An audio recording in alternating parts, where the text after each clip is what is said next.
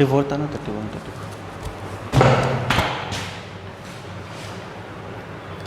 जो चैप्टर हमने लास्ट में पढ़ा था उसी का आगे वाला पार्ट हम पढ़ने जा रहे हैं। मेंस्ट्रुएशन साइकिल वाला लास्ट पार्ट है। इसमें पर्ट्यूरेशन और लैक्टेशन।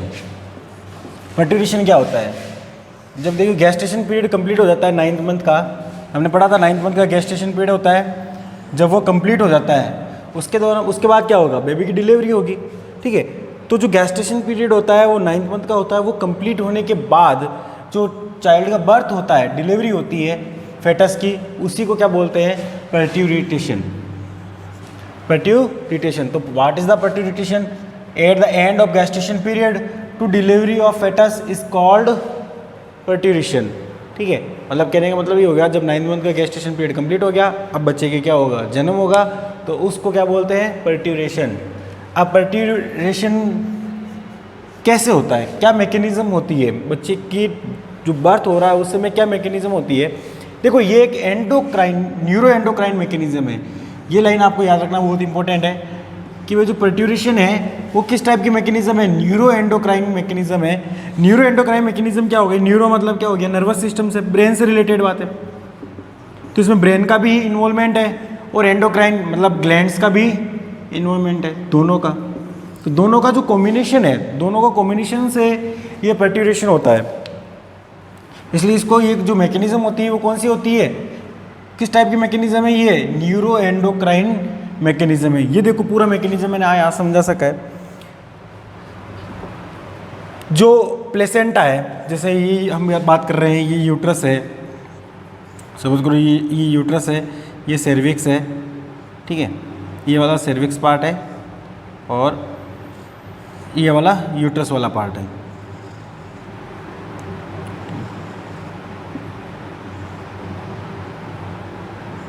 ये यूट्रस वाला पार्ट है। यहाँ पर सपोज करो बेबी डेवलप हो रहा है, यहाँ प्लेसेंटा है, इसके थ्रू ये यहाँ बेबी का डेवलपमेंट हो रहा है, ठीक है। यहाँ पे ये डेवलपमेंट हो रहा है, एम्ब्रियो डेवलपमेंट हो रहा है, फेटस है, ठीक है। तो अब यहाँ क्या होगा? यहाँ ये प्लेसेंटा से जुड़ा हुआ है, ठीक है। तो प्लेसेंटा प्लस ये फेटस दोनों सिग्नल देते हैं, दोनों प्लेसेंटा और फेटस से, प्लेसेंटा और ये फेटस, इन दोनों से सिग्नल जाएगा। फुली डेवलप प्लेसेंटा और फेटस, इनसे जाएगा सिग्नल, ठीक है। तो सिग्नल जाएगा, जब इनसे सिग्नल जाने लग जाता है, जब ये डेवलप हो जाएगा पूरा फेटस, तो ये सिग्नल देता है। प्लेसेंटा और फेटस दोनों सिग्नल देते हैं, जिससे क्या होता है? ये जो यूट्रस की वॉल है, ये यूट्रस की वॉल है, इसमें कॉन्ट्रैक्शन रिलैक्सेशन होने लग जाता है। बहुत ज़्यादा कॉन्ट्रैक्शन और रिलैक्सेशन होने लग जाता है। ये देखो फेटस और प्लेसेंटा से सिग्नल गए, जिसकी वजह से क्या हुआ? यूट्रस में कॉन्ट्रैक्शन और रिलैक्सेशन हो गया। ये जो कॉन्ट्रैक्शन और रिलैक्सेशन होता है उसको क्या बोलते हैं? फेटल इजेक्शन रिफ्लैक्स, ठीक है। ये जो यूट्रस के अंदर कॉन्ट्रैक्शन होगा उसको क्या बोलते हैं? Fetal ejection reflex.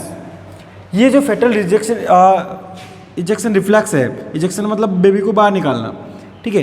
ये फेटल इजेक्शन रिफ्लैक्स है, ये क्या करता है? जैसे इसमें कॉन्ट्रैक्शन होने लगता है, ठीक है, ये रिलीज करता है, ये एक्टिवेट करता है अपने मदर की पिट्यूटरी ग्लैंड को। किसको? मदर की पिट्यूटरी ग्लैंड को। मतलब यहाँ से सिग्नल जाएंगे और फिर ब्लड में जाएंगे, मदर की ब्लड में जाएंगे, और मदर की ब्लड से वो कहाँ जाएंगे? मदर की पिट्यूटरी ग्लैंड पर।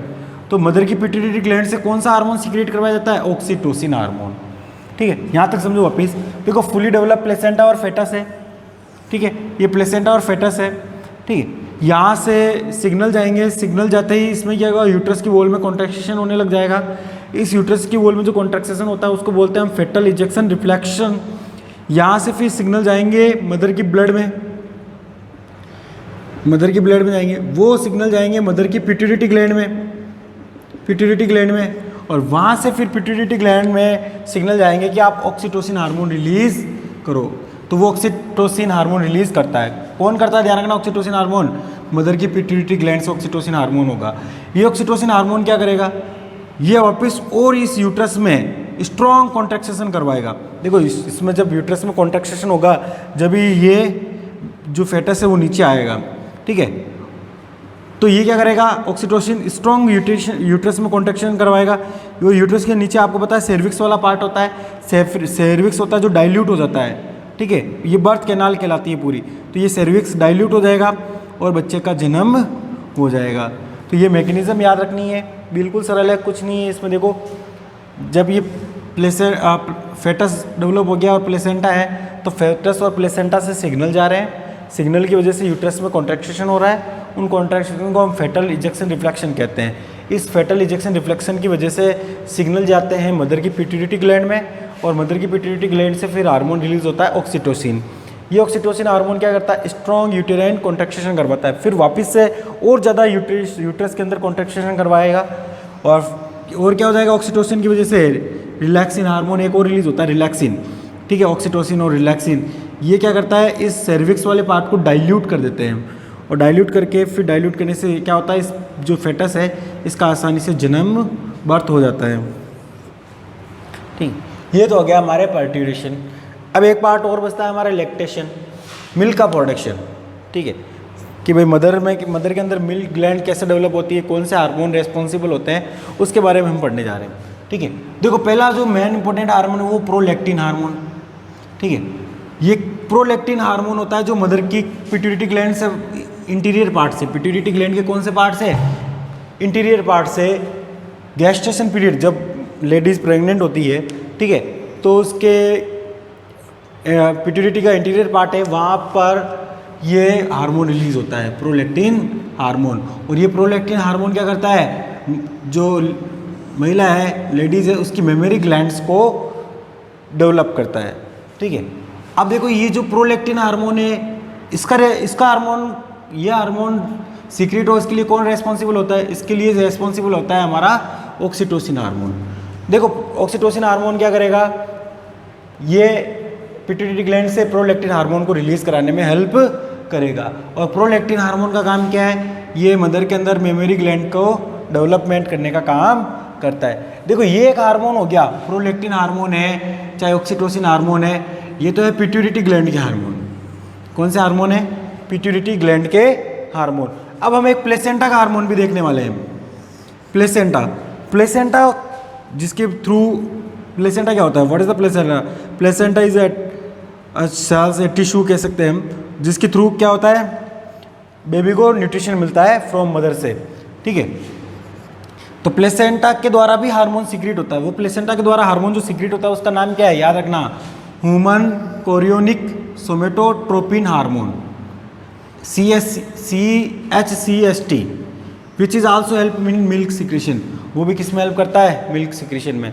तो देखो एक तो लैक्टेशन में हमारा पिट्यूटरी हार्मोन हो गया, कौन सा, प्रोलैक्टिन हो गया, ऑक्सीटोसिन हो गया, एक हो गया प्लेसेंटा से हार्मोन रिलीज कौन सा होता है, तो याद रखना HCST, human chorionic somatotropin hormone, ये भी मिल्क के फॉर्मेशन में हेल्प करता है।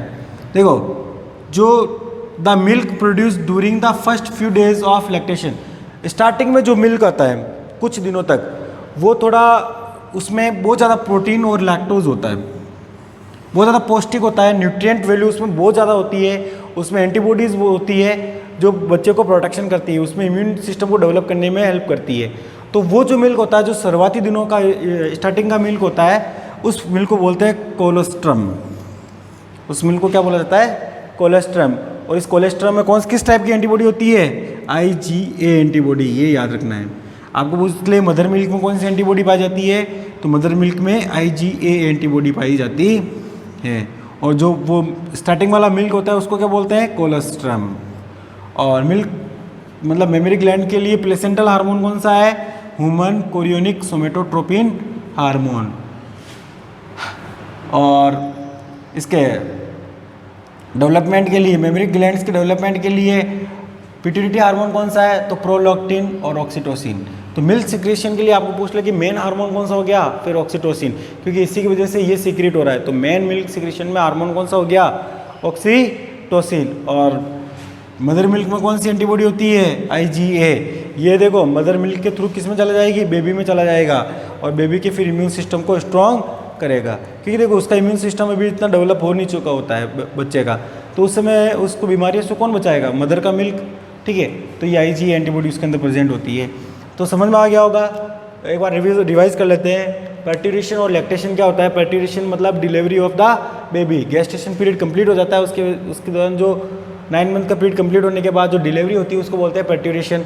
ये एक तरह का न्यूरो एंडोक्राइन मैकेनिज्म होता है। होता क्या है, जो फेटस और प्लेसेंटा है इसके द्वारा ये जब फुली डेवलप हो जाता है तो ये सिग्नल भेजते हैं। सिग्नल भेजने की वजह से क्या होता है कि यूट्रस में कॉन्ट्रैक्शन होता है। इस यूट्रस में जो कॉन्ट्रैक्शन हुआ उसको क्या बोलते हैं? फेटल इजेक्शन रिफ्लेक्शन बोलते हैं। अब जैसे ये फेटल इजेक्शन रिफ्लेक्शन होगा, ये फिर सिग्नल भेजेगा मदर ब्लड में। मदर ब्लड से वो जाएगा मदर की पिट्यूटरी ग्लैंड में, और वहाँ से कौन सा हार्मोन रिलीज होगा? ऑक्सीटोसिन हार्मोन रिलीज होगा।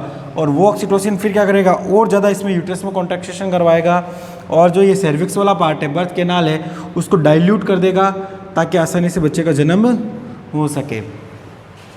आज लैक्टेशन में मैंने आपको बता ही दिया है। लैक्टेशन क्या मतलब, जब गैस्टेशन पीरियड होता है उस दौरान मेमोरी ग्लैंड का डेवलपमेंट होता है, उसमें पिट्यूटरी हार्मोन भी रेस्पॉन्सिबल होते हैं और प्लेसेंटल हार्मोन भी रेस्पॉन्सिबल होते हैं।